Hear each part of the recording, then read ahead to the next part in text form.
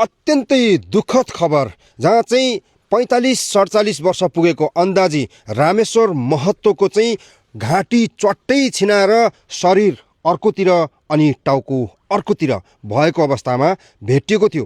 रमेश्वरको हत्या गरी घरमै लुकी छिपी बसिरहेका रामबलीलाई अहिले प्रहरीले समाएर यहाँ लाँदै गरेको दृश्य देखिराख्नु भएको छ भने प्रहरीले समाएर लाँदै गर्दाखेरि त्यत्रो प्रमाणहरू भेटिँदाखेरि उनको शरीरमा लगाएको लुगामा खुन सहित देख्दा पनि अझ उहाँले बिना प्रमाण किन समातेको भन्दै प्रहरीमाथि जाई लाग्न खोजिरहेका छन्।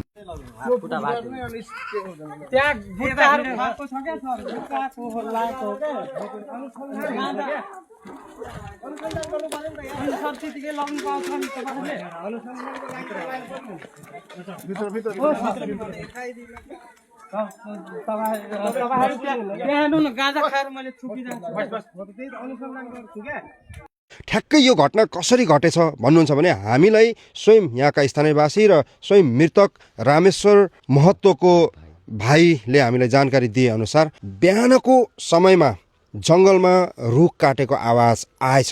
अब रमेश्वर महतो चाहिँ उहाँ यो जङ्गलको चाहिँ एउटा वनपाले एउटा स्टाफको रूपमा चाहिँ विगत 14 वर्ष अगाडिदेखि चाहिँ काम गर्दै आउनु भएको रहेछ। बिहान 5 बजे नै रुख काटेको आवाज सुनिसकेपछि बिचरा बुढो मान्छे त हो, अब एकछिन पछिबाट जान्छु भनेर लगभग 6 बजे 6:30 बजीतिर मात्रै घरदेखि निस्केर यता रुख काटेको ठाउँतिर आएको रहेछ। अब जब यता आयो, आइसकेपछि रामेश्वर महतो हरायो। अब यसरी हरायो कि मान्छेले दिनैभरि खोजे भेटेन। तर अन्तमा कस्तो अवस्थामा भेट्यो भने टाउको बिनाको शरीर भेटियो। अब यो घटना कसरी घटेछ त म स्वयं रामेश्वर महतोको चाहिँ भाइ हुनुहुन्छ, म उहाँसँग थोरै कुराकानी गर्छु। जस्तो तपाईँको दाइ हरायो, हजुर, हराइसकेपछि यता उहाँ जङ्गल आउनु भएको सबैलाई थाहा थियो कि मतलब जङ्गल बिहानै जान्छ, जङ्गल यसो यताबाट गएर घुरमा त्यहाँ बस्छ आउँछ भनेर हामीलाई त्यतिकै अन्जात भएन कि कहाँ गयो, जङ्गलमा आफ्नो ड्युटी छ गरे होला भन्ने भयो।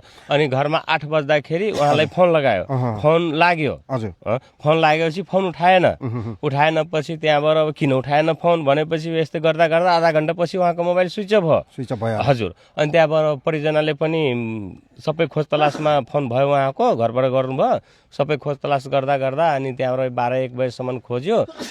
1:45 बजे के भन्छ बाख्रा चरुवा यहाँ थियो अनि हाम्रो ज्वाइँ धनकोल बस्ने आएर अनि यो साइकल भेट्यो अनि पछि रामेश्वर कता छ भनेपछि यो साइकल दिउँसैदेखि छ यहाँ के भन्छ त्यो रामेश्वरकै साइकल हो भनेर। हजुर, अनि त्यहाँबाट वरिपरि खोज्दाखेरि पुरै बोलर देखियो, त्यहाँबाट बन्चरो पनि भेटियो। बन्चरोमा रगतै रगत। ओके, अब यो घटनामा एउटा कहानी के छ भने रामेश्वर महतोकै घर नजिकै छिमेकी नै भनौँ हैन, के नाम भन्नुभयो?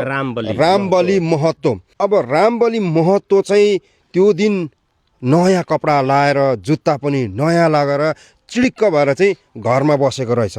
अब कारण के छ भन्नुहुन्छ भने जब सुरुमा बन्चरो भेट्यो, हजुर, बन्चरो त उसको भन्ने कुरा त तपाईँहरूले चिन्नुभयो। राम प्रतापले भन्नुभयो, हाम्रो कुटीको जुन बाबाजी छ नि महाराजी, उहाँले भन्नुभयो रामबलीको बन्चरो हो, किनभने उहाँलाई थाहा थियो। हजुर, त्यसपछि तपाईँहरू रामबलीको घरमा जानुभयो। अनि त्यहाँ प्रशासन आइकन हामी भित्र अलिकता गाह्रो हुन्छ भनेर हामी बाहिरबाट उसलाई निरीक्षणमा राख्यो। प्रशासन आएपछि उहाँको घर तलासी गर्नुभयो, उहाँको लुगामा ब्लड भेटियो।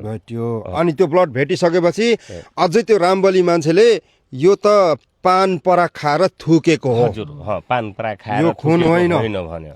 अब अझै कहानी के आएछ भने चप्पल भेटिएछ हैन त? चप्पल भेटिसकेपछि त्यो चप्पल कुकुरले सुँग्यो। त्यो कुकुर सरासर कता गयो? यहाँबाट त्यो पोखरीमा गयो, पोखरीबाट फेरि आयो कुकुर, यो पोखरीको डिलमा गयो, सरासर उहाँको घरमा गयो, रामबलीको घरमा सिधै गयो कुकुर है। र हो त्यस्तो छ कहानी यहाँनिर। अब टाउको कहाँ भेट्यो, शरीर कहाँ भेट्यो, बन्चरो कहाँ भेट्यो र कुन रुख काट्न आएका थिएछ त र घटना कसरी घटेछ त हामी सम्पूर्ण विवरण यसै भिडियोमा राखेका छौँ। कृपया भिडियोलाई अन्तिमसम्म हेरी सक्दो सेयर गरिदिनु होला। यो एकदमै डरलाग्दो घटना सर्लाही जिल्लाको ईश्वरपुर नगरपालिका वार्ड नम्बर 2बाट तपाईँहरूमा पस्किरहेका छौँ।